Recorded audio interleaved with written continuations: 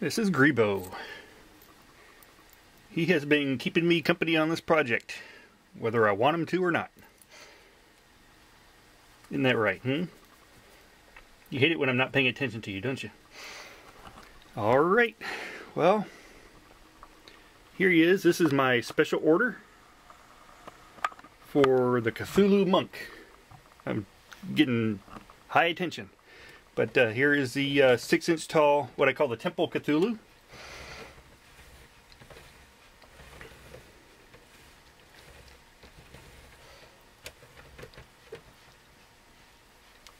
And he's made to hold tea lights there. Got a fake tea light burning, just to show. And if you're ready for the really neat part,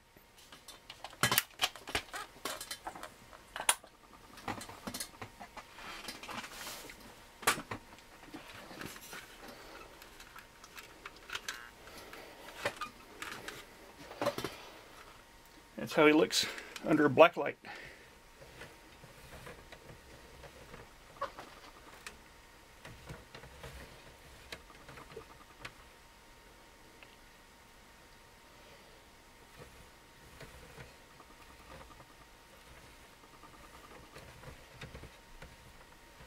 Take this out, it's easily overshadowing that. There you go. And his suction cups glow, and so do his wings. The wings are actually glow in the dark. And the spots on the back, the blue, they'll glow under a black light. There he is. Lord Cthulhu.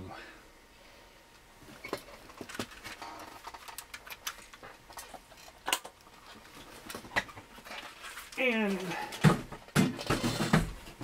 set that down.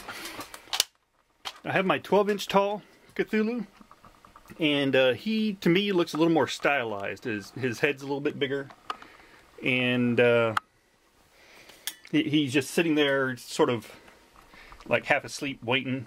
This guy, he looks like he's leaning forward. He's just getting ready to get up and get to work. He's about to roll his sleeves up and just start some trouble. Alright, and now I have a really strange story about this sculpture, because while I was making the mold for this guy, I started off making a clay sculpture, and after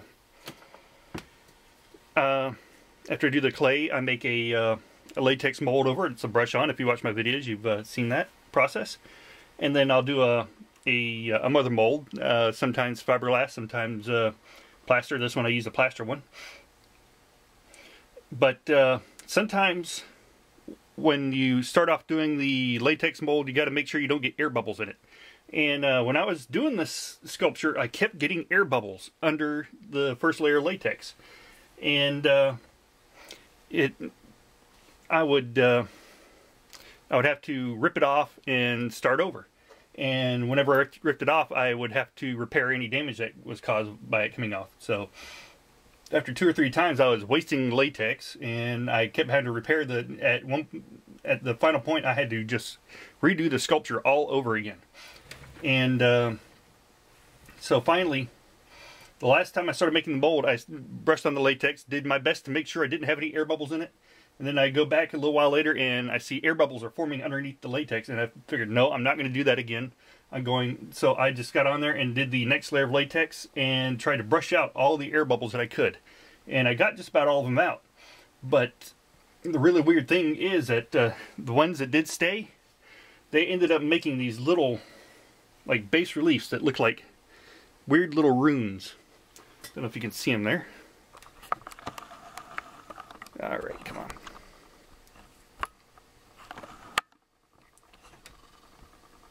But I got the one here, and got one here, and they just look like these weird, indecipherable runes that ended up in it. And I even got some up here. That one doesn't look as much like writing and all, but in a few spots down along the bottom as well. And they look even better than the ones I put on here. Down here, I just tried to come up with ideas of what would look interesting and look meaningful, but not really mean anything. And then, but I started off putting like the Eye of Sauron here, but other things I put in that were kind of important. Like over here, I got pi. I got E equals MC squared over here. Just things that someone who knows a lot about the universe would know about. And on my bigger one, there's a lot more stuff like that.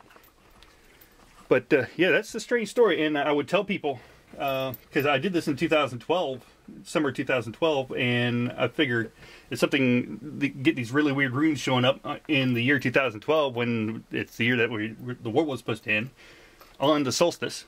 So I would tell people that I don't know if these are real runes or not, but I guess we would find out on the solstice. So, all right, there it is. Greenbow's trying to steal my candle. But that's just the weird little story for this sculpture. So, the Cthulhu monk, your sculpture is ready, and I will be sending it up to you very soon. For my other 3 fans, I'm going to be getting ready for Pagan Pride in autumn this fall. The next things I'm going to be doing is a flying spaghetti monster figure, and a 3-legged feng shui frog. Usually those are seen depicted, actually here I got a cast of one that I made from, not one of my sculptures, but it's when I was learning to do the molds, and I went ahead and did one up. You can see he's on these Chinese coins, and Chinese coins have a hole in the middle so you can put them on a string so you can carry them easier. He's got these, so what I'm going to try to do is do it in an American version. I'm going to put a pile of nickels and dimes and quarters, have them sitting on those, and instead of the string here, I'm going to have like a little messenger pouch with a $sign on there. And this is a, as I said, this is a feng shui thing. It is supposed to help bring good luck and fortune into your house if you use them right.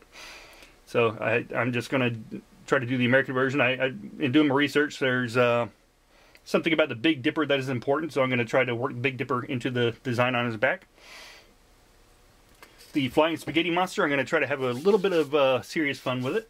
It's probably going to be about as tall as Cthulhu here. What else am I going to be doing? I just finished up the Wiccan candle holder.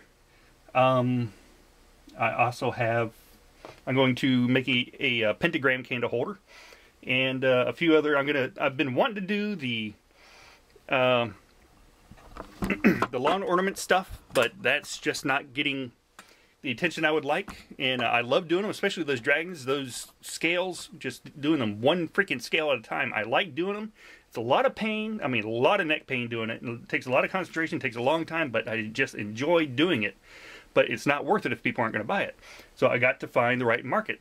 And people have mentioned the frogs. I'm going to do a baby elephant soon too, with its trunk up. Apparently that's good luck. I didn't know about that until recently. But I listened to what people asked for. I got my new fairy, and that one, if you paint that up like a skeleton, like a little zombie fairy, it looks really creepy, especially since she glows in the dark. And yep, those are the things I'm going to be working on in the near future.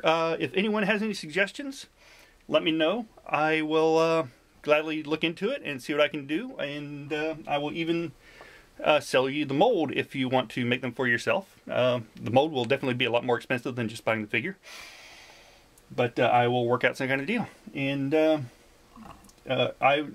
this is going to a gentleman in New York. I will ship around the world as long as you're willing to pay for the shipping. I will try to get the best deals that I can shipping for you. I don't make much money on the shipping at all. It's mostly the packing, and yeah, I know how it is to try to get things on a budget, so I want to do the best thing that I can do for you. And all I ask is you get the word out and get people interested in my stuff. And again, anyone has any suggestions, let me know. I like doing fantasy, the creepy stuff. The gothic, I'm going to be doing some more incense burners as well. I got the little Cthulhu incense burner, and see what else I can come up with.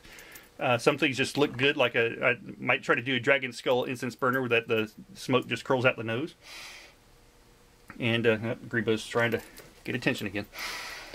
But yeah, Cthulhu Monk, your statue is ready.